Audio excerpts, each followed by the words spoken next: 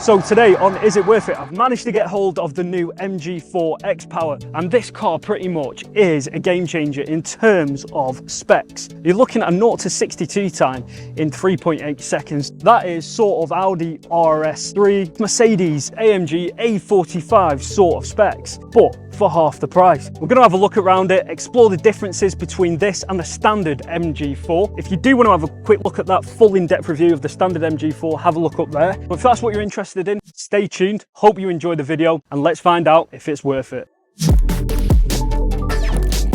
So back in the heyday, MG was a huge British marquee, renowned for making small British sports cars, and a lot's changed since then. MG is now owned by SEAT, a huge Chinese car manufacturer, and I like what they're doing. They're trying to stick to MG's old heritage by bringing out sportier models, and they've pretty much done that with this new X-power. The X-power name also refers back to the 2003 MG X-power SV. So what's changed in terms of styling with the X-power? Well, nothing much really. You've got it in this nice matte green finish called racing green, kind of glistens in the sun, as you can see. You can't get this colour in any other MG4, it's just the X-power.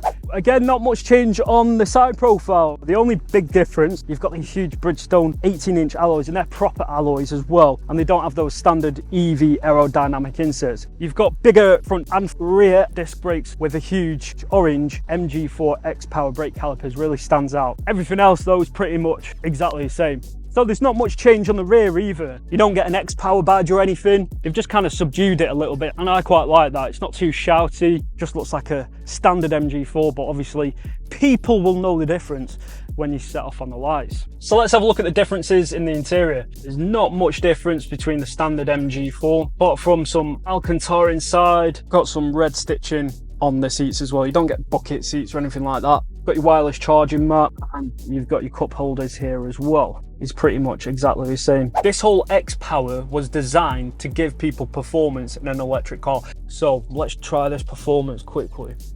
Here we go, foot down. Whoa, that is no joke. If you do enjoy this content, which I'm hoping you do, and if you haven't subscribed already, please do. Now this is a dual motor setup. You've got a motor at the front, motor at the back axle. You've even got an E differential in the back as well. You've got the four-wheel drive setup in the X-power, and the way the four-wheel drive is set up is it's rear-wheel drive biased, and then obviously when it needs that power, the front wheels will kick in. When you do activate eco mode, it will just use front-wheel drive as well, so it's quite clever actually. So you're looking around 25% stiffer anti-roll bars, 425 brake horsepower, 600 newton meters of torque, and it's still surprisingly the same 64 kilowatt battery. It's not a 74 kilowatt. The reason they've done that is to save weight as well. With electric cars, it is the battery that does take up most of the weight, and when you're talking about speed and performance from a car, weight is everything. I did think they could have lowered it a little bit, and I wasn't alone thinking that either. Same track width, the same stance, same height. There's a reason why they've done that. MG state that when you do accelerate, the car naturally lowers anyway, and if you were to lower the ride height even more when you accelerate, it pretty much would be touching the wheel arches. I'd thought the suspension on this would be a lot firmer, but it's not. It's still really quite good to just handle around town as well. It's not too firm. I love the look on people's faces as well when you're just potting around town in this, and then you can just accelerate and you're miles ahead. They don't expect it at all. You could even be as cheeky as go up to an Audi RS3, or we're doing a launch here.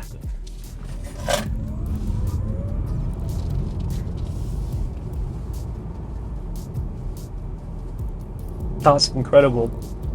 That was incredible. If you do buy the MG4 X-power and you are charging your phone on the wireless charging mat, if you accelerate, your phone will go flying. So make sure you hunker it down. Now, a lot of people would be bothered about the range. Yes, it does deplete the range quite rapidly, especially when you put your foot down or put it into launch mode. For example, if your battery at a set of traffic lights you're about to launch off was starting on 120%, if you were to go a few meters up whilst launching, it would go down to about 117, 115. However, if you pop it into eco mode, it turns the car into two-wheel drive, and that will obviously help Now what's clever is you've actually got a smaller circle here at the bottom right. I don't know if you can see that on camera. And they've inbuilt a very clever regenerative mode with the single pedal mode. So you can kind of recuperate the battery that you've lost from accelerating a bit rapidly. You can feel it just pull back a little bit. This will just activate the two-wheel drive setup. So you're not actually using the full four-wheel drive, which is good because that'll save you a bit of battery as well. So if you just fancy driving to work and back, stick it into eco mode, recoup a bit of battery on the way, and then on the way home whack it into sport, and then you've got 600 newton meter torque. If you're really bothered about the range and range is important to you, I'd potentially just stick to the trophy long range. Now a good thing to note is you can actually use your favourites and activate the sport modes. Usually sort of configure your sport mode on the screen, which is slightly annoying. This multi-action button here though, you can then set it to your sport mode, so you kind of just get away with that. You've got snow, eco, normal and sport. The only difference I'm getting with the sport mode is a slightly sharper throttle response. The steering doesn't seem too dissimilar to the older MG4. Remember, it is still an MG4. Got the four-wheel drive system that helps it corner slightly better, especially with that inner wheel active braking, as grip is a lot better. Even at speeds when you corner, it seems to do the job pretty well, but I'm just not getting much feedback through the controls. With the torque vector, and it doesn't seem that full on. There is no active dampers though. Is this just a faster MG4? Pretty much. It's definitely a lot more fun on a straight line. We're actually very close to Brands Hatch. Would love to take this and do another video. Don't know if anyone's done that before, but it'd be quite interesting to see what it's like around there, because it does have a full setup track mode. So I'm not going to have much to play with this. This is just to really show sort of the details you can get on G-force, time, speed. Another bonus point with the X-power is the stopping distance. A normal internal combustion engine usually beats electric cars all the time due to the weight of the battery.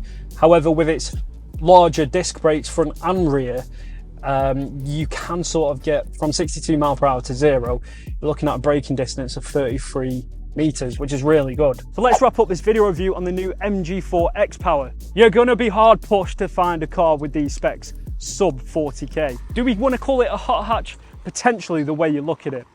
It's a hatchback with a lot of power.